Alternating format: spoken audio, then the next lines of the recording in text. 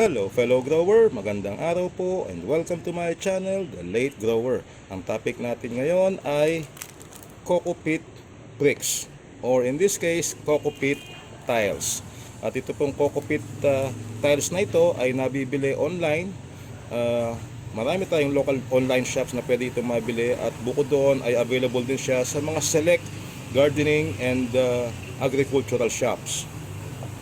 Ang Cocopeat ay magandang soil conditioner. So, sabi nga dito, isa siyang organic planting medium. Ginagamit siyang soil amendment, panghalo sa lupa, or pwede rin siyang gamitin na puro. Pwede siyang pagpatubuan ng buto halimbawa. Pwede siyang pagtaniman, haluan lang siya ng organic fertilizer kagaya po ng cow manure, vermicast, carabao manure, horse manure, chicken manure halimbawa. Nakakatulong din siya para magkaroon ng soil aeration. So nagiging loamy or buwaghag ang ating lupa pag hinaluan siya ng Cocopeat. Maganda rin siya mag-absorb ng tubig. So nagre-retain siya ng tubig. So in this video, papakita ko sa inyo kung paano natin magagamit ang isang soil tile or brick na ganito. Sa paggamit sa kanya, kailangan muna natin siyang ibabad sa tubig para siya ay mag-expand. Halimbawa, dito ang sinasabi ay it can expand 2 to 3 times its size. So, para natin siya magamit, babad muna natin siya sa tubig.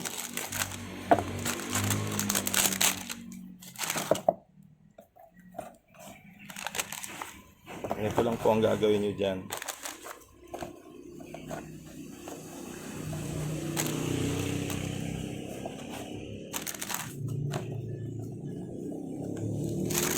So, yun lang muna. Lahatin na natin. And then, ibabad natin siya sa tubig.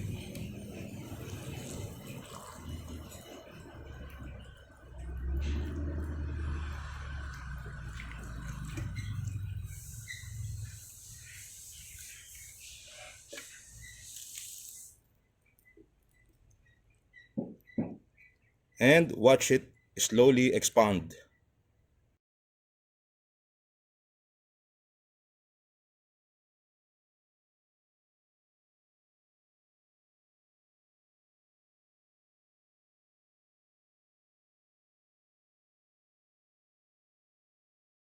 Now, galing sa ilang pirasong tiles ay makikita nyo na napuno na itong aking basin.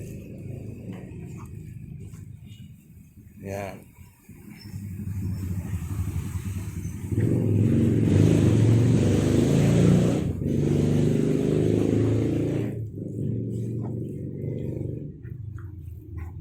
At na-absorb na niya ang karamihan ng tubig na ibinuhos ko.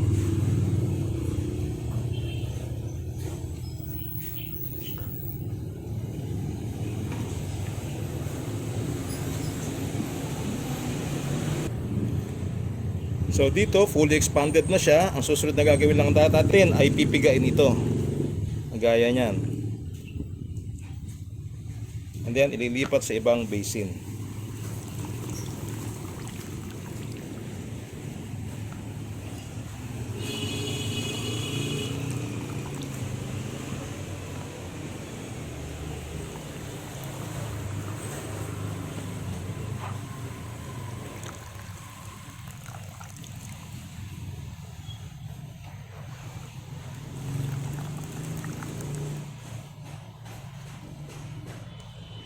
Ngayon, itong ating napiga ay pwede na agad gamitin or ihalo sa lupa. Pwede na ritong gamitin na patubuan ng buto, halimbawa. Ayan. Basa siya pero hindi siya tumutulo.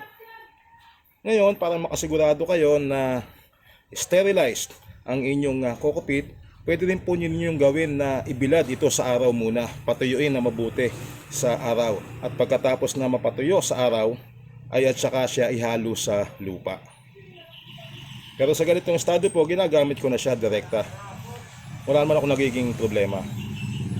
So ganyan lamang po ang paggamit ng Cocopeat tiles or Cocopeat brick para ihalo pang-amend sa inyong lupa or para gawin yung patubuan ng inyong mga buto. Maraming salamat po sa panonood. Happy New Year, Happy Three Kings na rin, and see you in my next video. Bye-bye!